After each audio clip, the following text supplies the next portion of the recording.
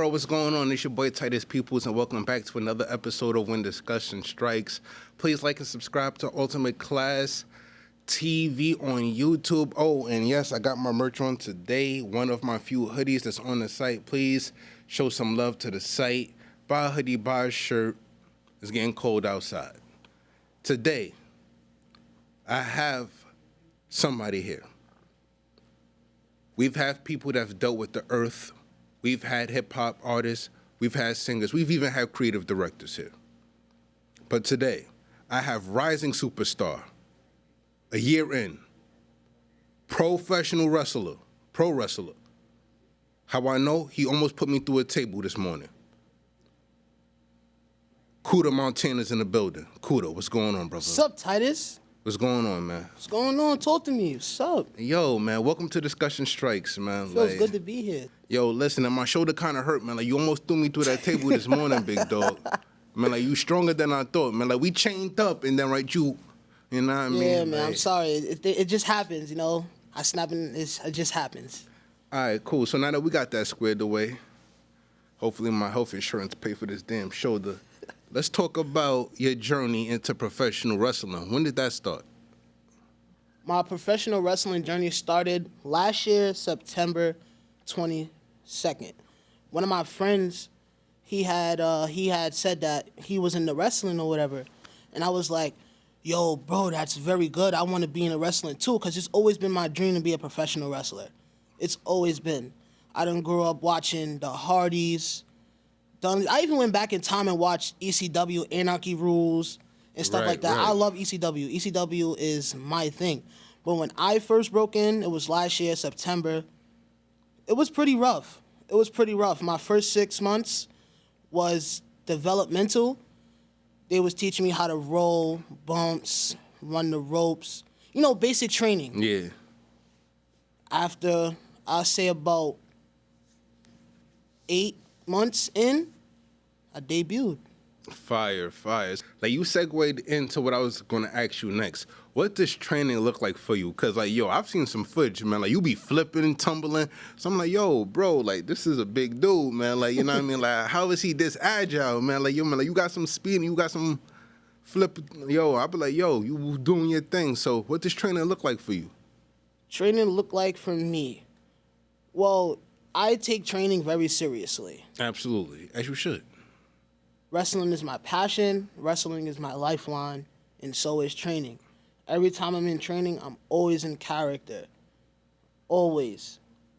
That's who Cuda Montana is. He likes to move. He's a big guy that can move. Like, you see your Keith Lees, you see your Ivars, you see all these big men around the world doing big things. And then here come me.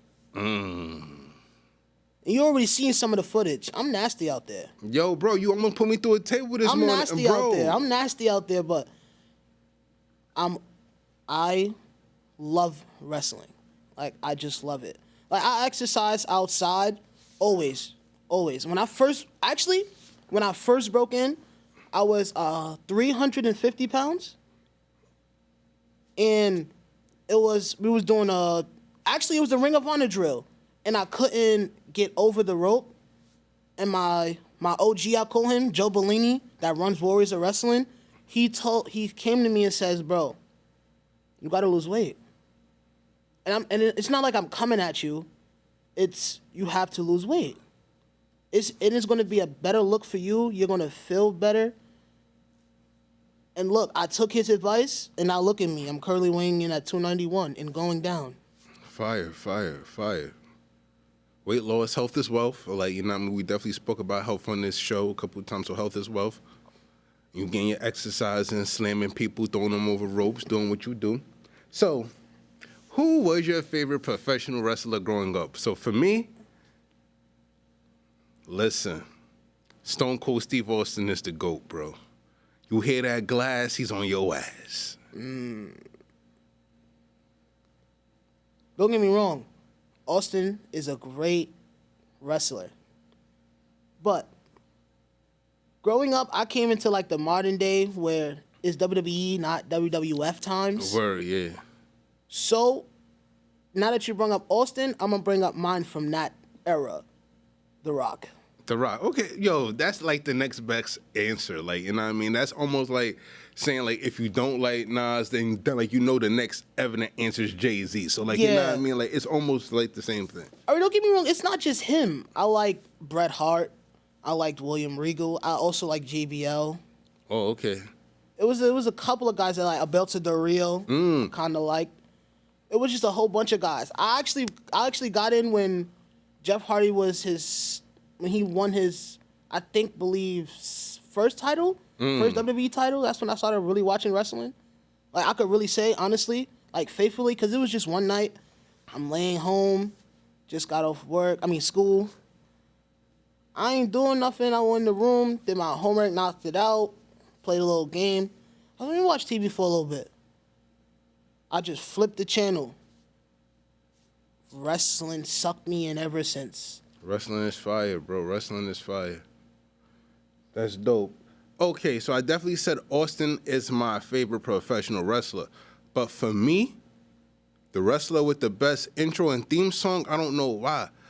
But it just was so funny and spectacular to see Shawn Michaels have all the shorties on tilt when he came out. Like, shorties used to go crazy when Shawn came out.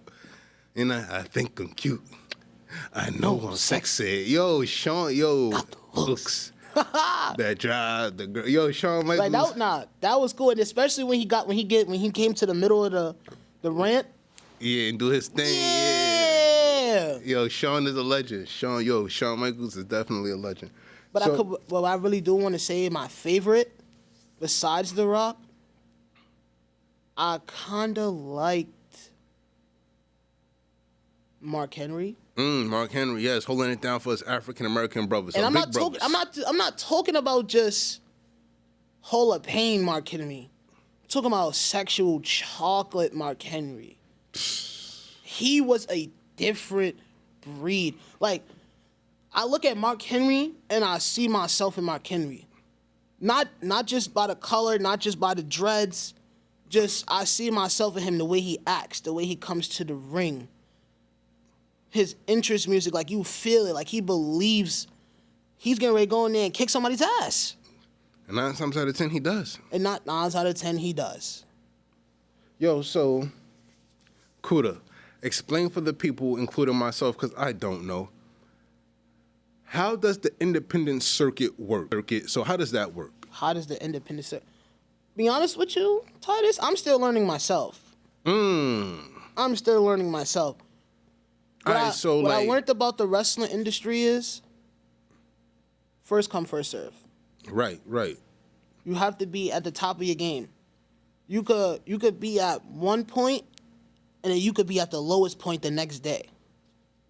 Or then you could be at the low point, and then you have a fire match that goes crazy and then views. You get to the high point. Yeah, like you're a superstar at that point. I think wrestling is more of a momentum game. It is. It's more of a momentum game. Because you can have a good match, and then you can have a bad match. It just depends on how the universe presents itself. All right, now question. Like, without going into details, do you get paid for all your fights? Yeah. Cool.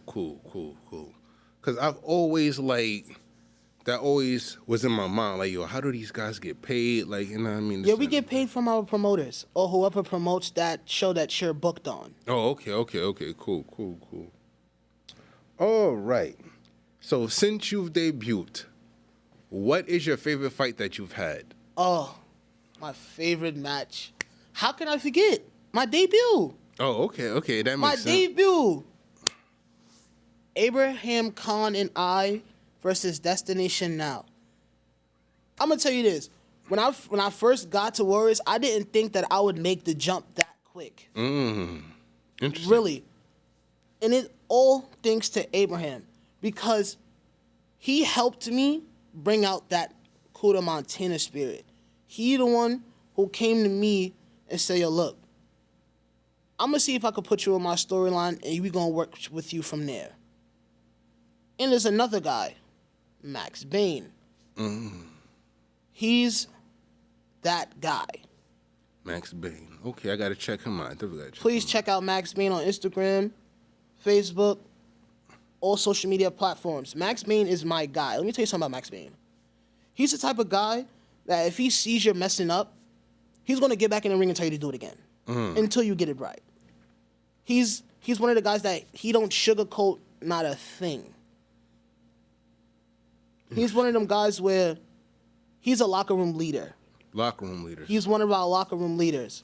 So say something is going on with me, you could call him at any time, and he'll sit there and be like, yo, look, such and such and such, and here's a way how you can fix it. Right. That's why I say Max Bain is that guy. But my favorite match is Abraham Khan versus Destination Now. That match was so electrical. It's not even funny. Don't get me wrong. I had the jitters when I was backstage. I was hopping around. I was trying to shake out the feeling. My first time being in front of a live crowd. I'm like, okay, let's do this thing. But when I got out there, everything left my body. Fire. I felt like I was really in the E at that point. Crowd up to the wazoo. I got my partner with me. We doing our little handshake thing. I'm like, okay, I could do this. The match progressed. And surprisingly, we did a good job. Unfortunately, we didn't come out on top. But it was exciting. Bro, just the opportunity alone. Just I the don't care if I opportunity would have won or alone. lost. Like, just to be in the ring, flipping, jumping off the top rope on top of somebody. Like, every kid that grew up watching this always wanted to do that. It's just that opportunity to get in front of a crowd and entertain. So, yo. Like, I love the crowd. No, I love the energy. That's Especially fire. the fans when they be cheering my name. We want Cuda. I love it. Fire. That's hard. I That's love hard. it. When that chant first happened, my heart melted. That's heat. That's fire. I'm not even gonna lie, my heart really melted because I'm really doing my dream. This is all I ever most people don't get a wanted. chance to live out their dream, bro. Like, most people put their dreams aside and settle for a regular-ass job. That's why I will always commend young guys like yourself that's taking life by the horns and doing what they believe in and doing their passion. And salute to you, brother, man. Like, you got a bright future, bro. Thank you. Thank you. So, what's your relationship with this intricate young brother in the game, Joe Smooth, man? Joe Smooth is a character in himself. Joe Smooth. Joe Smooth is the guy. That's my guy. And not for nothing, bro. Like, y'all can take this how y'all want. Y'all can watch this and decipher it. But Joe, you not the realest guy out there. And guess what? I'm going to get training from Cuda, who almost put me through the table. And guess what? Me and you going to get at it in the ring. So I'm calling you out, brother. You going to watch this. You got my information. And back to regularly scheduled programming. So, so tell me about Joe. Joe Smooth is my guy. The first time I met Joe Smooth, it was in the Bronx on Prospect on the 2 and 5 train. Fire. One of my friends, Gutter, he's a Bronx Brooklyn. He's a Bronx drill rapper. Sorry, he's a Bronx drill rapper. Yeah. And he was like, "Yo, bro, you wrestle, right?" I'm like, "Yeah." Like, "Yo, bro, you know who I know?" I'm like, "Who you know?" He like, "Joe Smooth." I'm like, "Bro, you lying, bro." Like, I'm sitting there like really beating him down. Like, "Bro, you don't know him. Like, just stop lying to me, cause you know people be lying." So I'm like, "All right, call him." He didn't even call him. He came around the corner. The same time I said you don't know him, he came around the corner. He said, "Oh yeah? Mm-hmm. It's like that? We got a wrestler in the building?" That's Joe. Guess what? I like to wrestle too. And I'm like, That sounds exactly like Joe. oh. And then we just connected from there. I got his information. He got mine. We did a little promo. Fire. So, in your training and in the ring and stuff like that, a lot of things happen. You might come against some bumps and bruises, might really actually get hit by a chair. What do you say to people when they say wrestling is fake? What I say to the people when they say wrestling is fake. You know what you should tell them? Get in the ring. I'll show you how fake it is. Come on. That's the aggressive answer. I'm going to think more smarter with this one. Enlighten me. If you think wrestling is fake, then wrestling is not for you. It's your personal opinion. Now, guys like me, who's been in the ring, who's been on shows, who's been doing things, knows the real, knows the pros and cons. So no matter what people say outside, no matter what the fans say outside, wrestling is real to me. No, that's a commendable answer, and that's a respectable answer. I like that answer. Wrestling is real to me. So if you say wrestling is fake, hey, all right. But just know that's not going to stop me from becoming that guy. Talk. I like this energy. I almost want to get put through a table again. I like this energy. I like this energy. Speaking of getting put through a table, Cuda, Montana. Talk to me. What is your favorite wrestling move? Stone Cold is my favorite wrestler. Shawn Michaels, to me, has one of the best intros. But for me, one of the best wrestling moves of all time. I have two. The Sweet Chin Music. And the most electrifying move in sports entertainment, the People's Elbow. Honorable mention, the Choke Slam. You can never go wrong with the Undertaker Choke Slam. That's funny because I was going to mention the Tombstone. That's funny. But my favorite wrestling move is the discus clothesline. Explain that for the people that don't know. For anyone who ever watched AEW or WWE, look up a guy named Luke Harper or Brody Lee, RIP to the dead. He's the one who really made me say, I want that move. I just wanted his move just because. Just because the move is so impactful, you can hurt your opponent, but the move is very impactful. I love it so much. But, I also have another one. Talk to me. And that is for sure, Ski. Okay. The pop-up powerbomb. Yikes.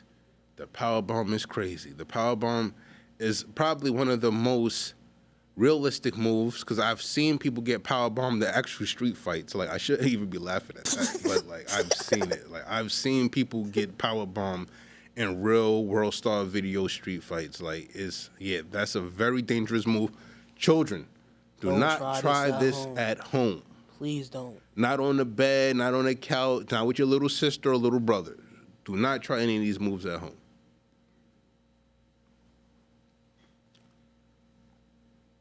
Cuda, Montana.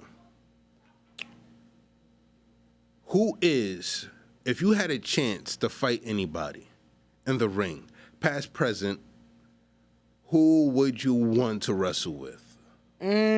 Like, you get the call. They're like, Cuda, we want you to go against XYZ. Who is it? That is an awesome question, Titus. Why, thank you. Because I honestly don't know. We have a lot of choices here. I would say, just right off the bat, I want Keith Lee. Keith Lee. Just because I favor him a lot in my matches. And another question I got to ask you, Cuda. Now, people train for quite a long time, and they acquire these signature moves. Is it okay? Is there a law that's against stealing somebody's move? Like, imagine one night you're watching a fight, and you be like, wait, that's the Montana clothesline. He stole my move. Is that okay? No, it's not. Well, I would say, yes, it's okay. Okay. You came up with a move. Now everybody else is doing it. You started a trend. Now people are starting to follow you. Now you're getting known more. People starting to use your tactics. So when I say if there's a specific rule on move stealing, I'll say no. And you know why? Because some wrestlers have move thief on Hall of Fame. They hit each other. Stone Cold and The Rock. Wasn't they stealing each other's moves in that match? They definitely The was. Rock hit the stunner. Austin hit the people's elbow. He hit the rock bottom. He definitely did. But if someone was to steal my move, I wouldn't care. I'll actually thank them. Interesting. Cuda Montana, are you a high flyer? Are you a Shane McMahon kind of guy? Do you like to climb things and jump off? Or are you there yet in your career yet? Because Shane McMahon is the most climbingest, flying off of things dude I've ever seen before in my life.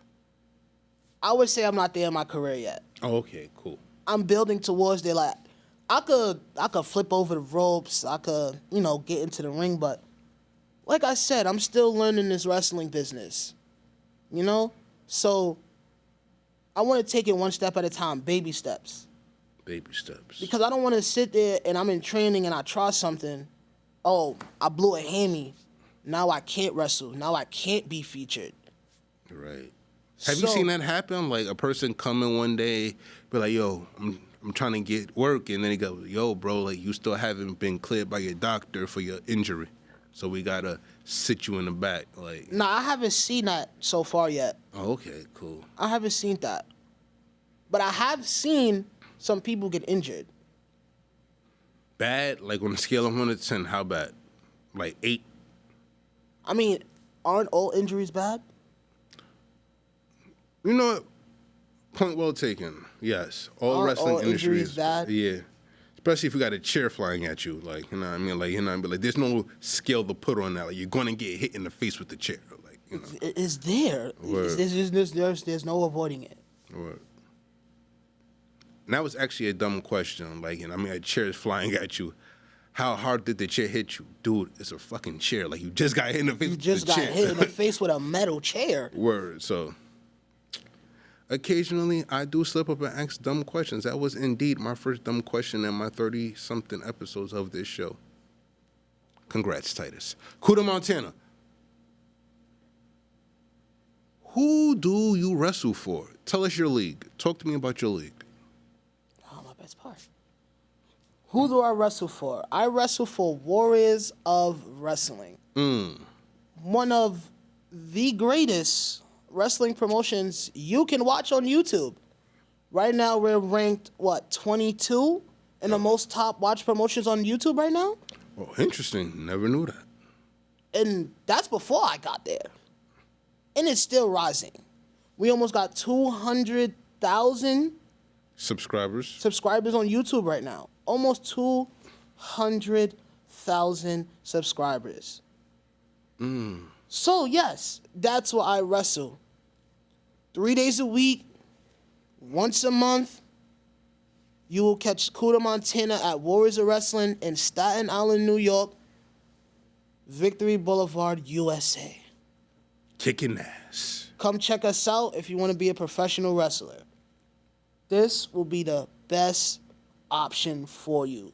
So, trust me. Cuda Montana, what would you say to a 34-year-old man like myself, that want to get in a ring? Like, do you think I got the chops? Do you think I got the look or the, the spaz to get in a ring with a guy like yourself? No, I'll just play with you. I'll just play with you. I mean, if you have the passion for it. Oh, so I would have to have the passion for it No. to get in the ring. Let me rephrase that. Okay, talk to me. Anybody can get in the ring. Not anybody. Not anybody, but anybody that's willing to get into the ring can get into the ring. Interesting. So with that being said, anybody could get into the ring. Anybody could be taught how to be a professional wrestler. But it's all about your self-confidence. All right, cool. Because listen, man. That brother Joe Smooth, I like Joe Smooth. But, Joe, when you come against Mr. Peoples, the one and only, there's no sequel. I'm the main man around here. And I will definitely be seeing you, Mr. Smooth. So, Cuda, talk to me. Like, what do you do on your spare time when you're not putting people through tables, throwing people over the top ropes? What do Cuda Montana does on his spare time? let me think about this for a sec. I have fun. Okay. And then, how old are you actually? Like 20? I'm actually 19. You're 19. Ladies and gentlemen, a 19-year-old professional wrestler. Fire. I'm currently 19. I'm going to be 20 in less than 3 months. Fire, fire. Yeah, because we're currently in January. My birthday is March 25th. Nice, nice. Yeah, so on my spare time, I obviously work out, play a little video game here and there. I'm always studying on wrestling. Always. Always watching old wrestling, always watching old chain wrestling. It don't matter what type of wrestling it is. Just best believe I'm watching it. Because I'm always trying to figure out, how can Cuda Montana become better? How can Cuda Montana become that next superstar? It's always how can I do something? Great. And then I like the fact that you also take time when you're not doing that to actually study. And that's a great thing. That's a very great thing to actually put time into your craft. Because I write scripts. I do film. So, like, you know, even when I don't want to, like, I still might crack open a book, watch a YouTube tutorial on the art of storytelling. Like, you know what I mean? Just to sharpen things up. So it's always good to stay sharp. Just to sharpen your skills. Right, right. Iron sharpens iron. Right. Yo, so Cuda, like, do you have any shows that you watch? Like, do you watch any? Because, like, you're still practically a kid. Well, not a kid, but yeah. We're getting there. Yeah. So, do you watch anything on TV? Like what's your show? Like, what's Cuda Montana's go-to show? Besides wrestling. Besides wrestling. I have a lot. I mean, I'm a big kid at heart, you know. Sometimes when I'm with my little brothers and stuff, I'll watch Nickelodeon with them. But my go-to show is Impractical Jokers. Impractical Jokers is great. And I'm going to tell you why. They're just 4 idiots that just have fun with each other. Right. Cuda Montana, where can the people find you? You can find Cuda Montana content on all social media platforms. You can also check out all my matches at Warriors of Wrestling on YouTube. Don't forget to like and subscribe. I also just signed up for Twitter. So I have Twitter now. Y'all can all follow me. And that's where you can find the Montana. And guys, you know where you can find me. I am Titus Peoples across the board. Instagram, Ultimate Class TV. Please like and subscribe. I got the merch out. And just for one last time, I know my girlfriend's going to watch this and probably chop my head off for this. But Joe Smooth, when you're ready to get in the ring with me, you just better be ready.